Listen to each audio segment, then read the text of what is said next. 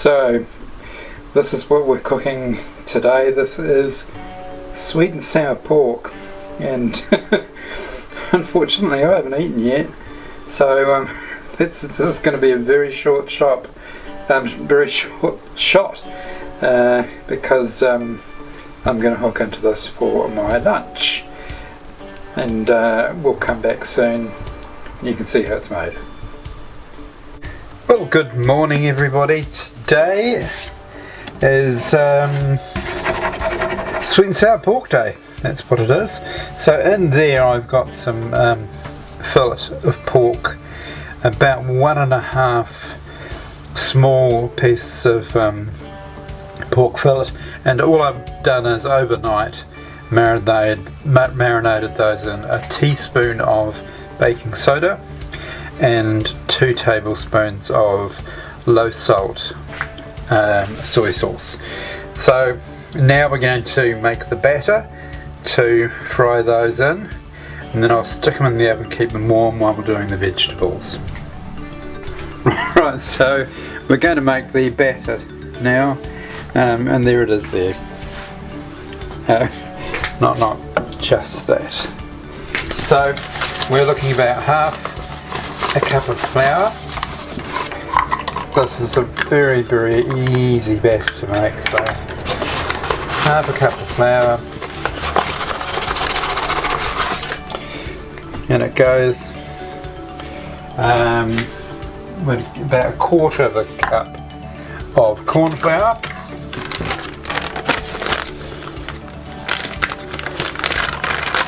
so organised. I've got everything ready this time. You'll all be thinking, oh, it's somebody else cooking. This guy's actually organised. Right, so we've got that, and then it's just the egg and half a cup of water. So in goes the egg, and did I say half a cup of water? I did. So half a cup of water, and I'll stir that into a smooth batter, and then we'll come back and start frying, shall we? That'll be fun. There we go, that's just about ready. Now we'll start frying off that pork. Right, so I've got all my pork in there. I'm just gonna, it's turned into one big pancake of fried pork, and we'll just turn it over and break it up so we can fry the other side.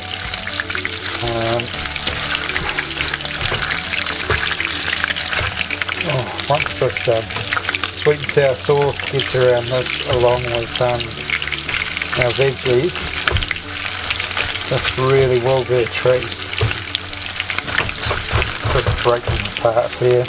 So let's get them all out of here, and then we'll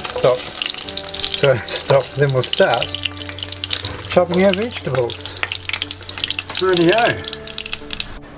Right, now unless you've got a particular interest in watching people chop vegetables, I certainly don't. I wouldn't watch a whole video on someone chopping vegetables. So I'm not going to film this. I'll come back when they're all nicely chopped and all ready to go into the fry pan. Now amongst all of this, we're going to make the sauce, which is 1 cup of water, like so, pinch of salt. I'm sure we can come up with a pinch of salt. There you go. Then 3/4 of a cup of sugar,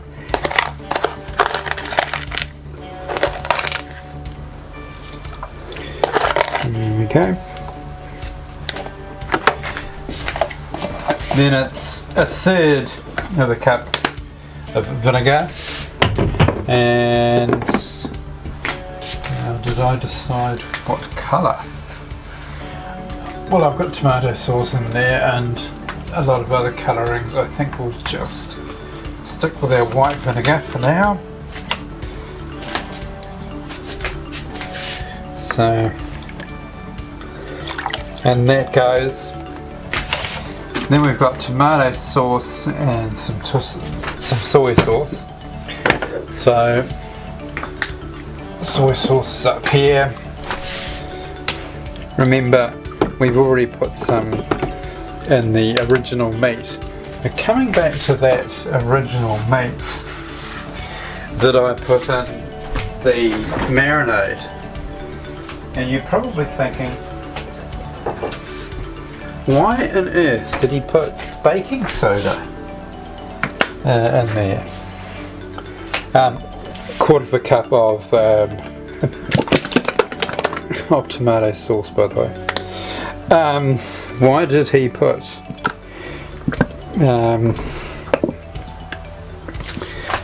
baking soda in there? Well, a lot of Chinese cooks, in order to tenderize the meat, they put baking soda in there, and that does exactly that. And it only needs to be in about half an hour prior to cooking, and it will turn like a slither of topside steak, almost as well. It will. It'll make it almost as tender as rump steak. So that's why with baking soda. So we're just going to stir this sauce together.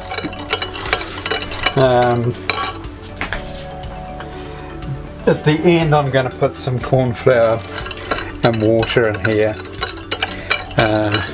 But we're done for now. I'm going to finish these vegetables and let's get frying. Right, so firstly it's the onions, sorry, not the onions, the carrots. They take the longest to cook, so they go in first.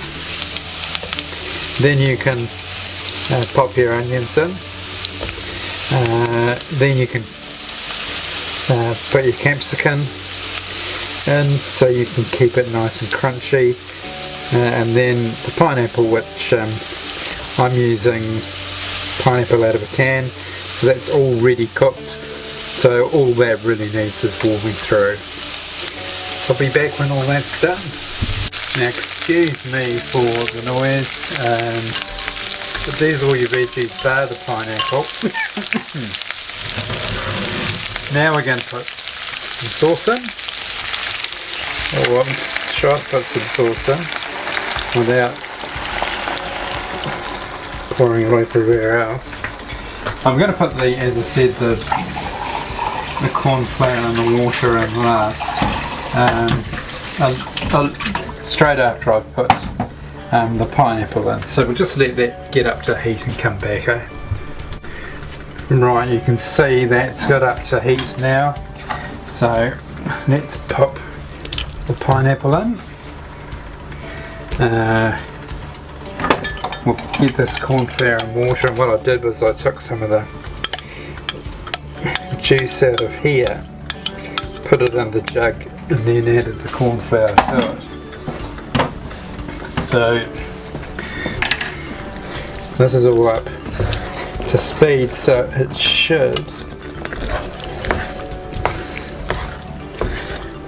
according to me, and the corn flour should be starting to thicken up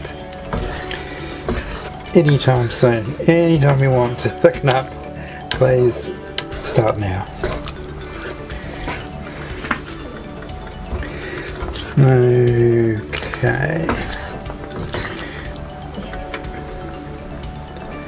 It's not quite bubbling yet, but we're getting close. So let's try some more corn flour. Right, that's exactly how we want it. Nice and thick. As you put your spoon through, you can see that sauce is extremely thick. Now we're going to grab meat and we'll pop that into the mixture, stir it through, and we are ready to eat. And I can hardly wait actually. So let's just break those up. There's a few last pieces that need breaking up. Now I usually serve this with rice, but if I want a lower carb version like I do today, I just want a quick lunch, then I'll have something like this. So I'll plate this up and then let's do some glamour shots. Well, thank you so much for sticking around and watching this. This is a bit of a long one, but well worth it, and certainly one of the tastier meals with all those the vinegar and the soy sauce and the vegetables in particular, with those capsicum and the red onions. Very, very nice indeed. So I will catch you on the next recipe, and with something equally as tantalising.